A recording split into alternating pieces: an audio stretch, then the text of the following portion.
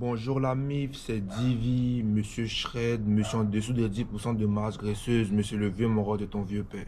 On se retrouve encore pour une nouvelle vidéo sur 5 secrets, 5 astuces pour éviter les blessures musculaires. Avant de commencer la vidéo, je vais vous demander de liker, commenter, partager et on commence dès à présent. Le premier secret les gars, c'est l'échauffement, d'accord? Peu importe l'activité que vous faites, je vous conseille de vous échauffer 15 à 30 minutes avant la séance. Même si, par exemple, vous êtes en salle de gym et que vous allez travailler les pectoraux, je vous conseille en arrivant en salle de gym, après vous êtes changé et tout, je vous conseille de faire minimum 10 minutes de tapis et 10 minutes de vélo. Le vélo épileptique, là, vous savez, celui-même qu'on fait. Je vous conseille de faire ces deux éléments-là, de bien vous échauffer, de bien échauffer le corps en général. Et avant votre séance, avant de rentrer dans votre séance, je vous conseille par exemple de commencer avec de petites charges. C'est-à-dire si tu dois faire le développé couché, tu commences le développé couché mais avec de petites charges et tu fais au moins 2 sets. Tu vois, tu fais au moins 2 sets de 20 répétitions avec la barre seulement. Oui, avec la barre sans le poids. Tu échauffes bien le muscle, tu prépares bien le muscle pour éviter tout tiraillement ou pour éviter toute lésion en fait. C'est très important de s'échauffer. C'est vraiment très important de s'échauffer. Sinon, vous allez vous blesser bêtement les gars. Ça sert à rien de venir et directement rentrer dans la séance sans au préalable vous vous êtes échauffé. Et également, vous pouvez faire des mouvements propres à la séance que vous allez faire.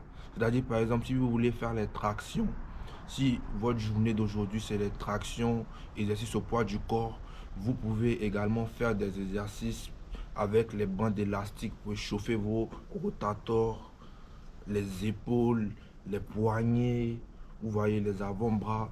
Donc vraiment échauffer toutes les zones et faire des mouvements propres aux exercices que vous voulez faire pour pouvoir bien vous échauffer et éviter toute lésion.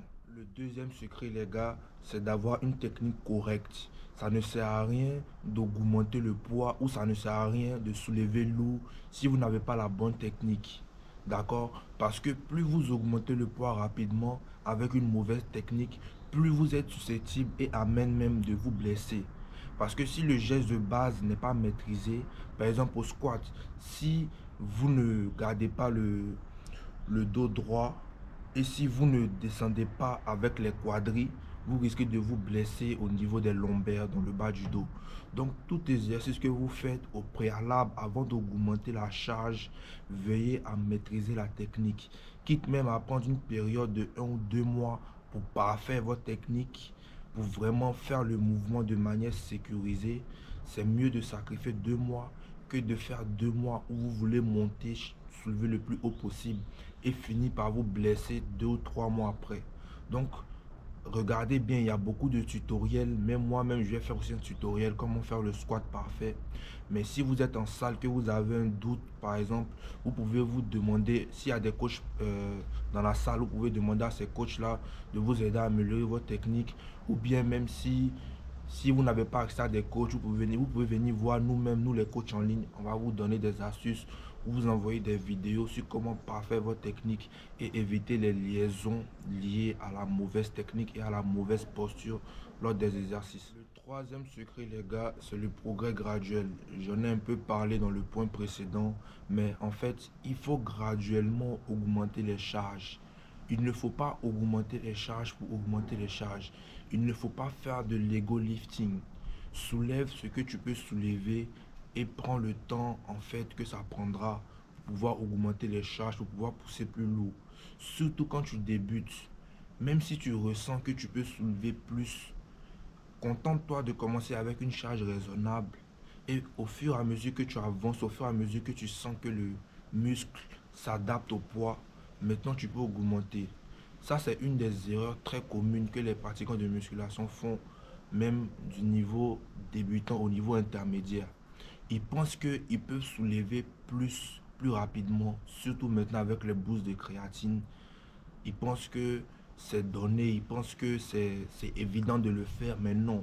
Peut-être sur le coup, tu ne vas pas sentir, mais à la longue, tu finiras par te blesser et tu vas rentrer dans un surentraînement qui va faire que tu pourras peut-être aller vers un burn-out ou vers une blessure plus sérieuse.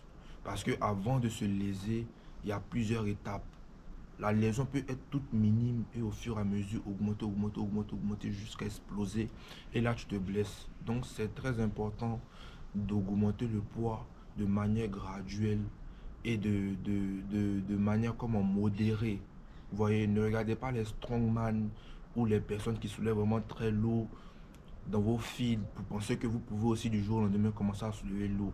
Eux, ça fait des années qu'ils s'entraînent en lourd, en force, tu vois. Et leur programme même d'entraînement est spécifique à la force, ce qui n'est pas votre cas, par exemple.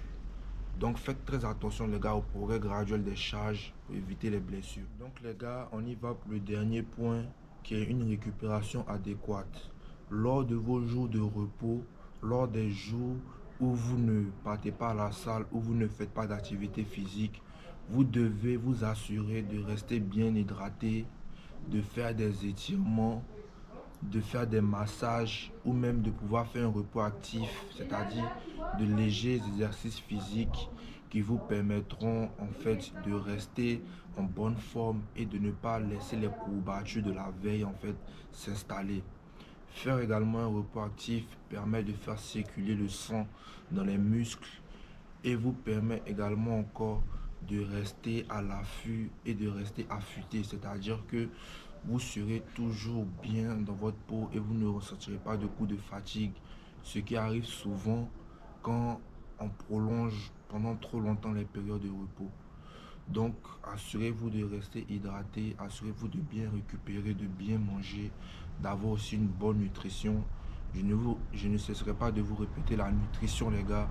Avoir une bonne alimentation est primordial, surtout dans les activités physiques.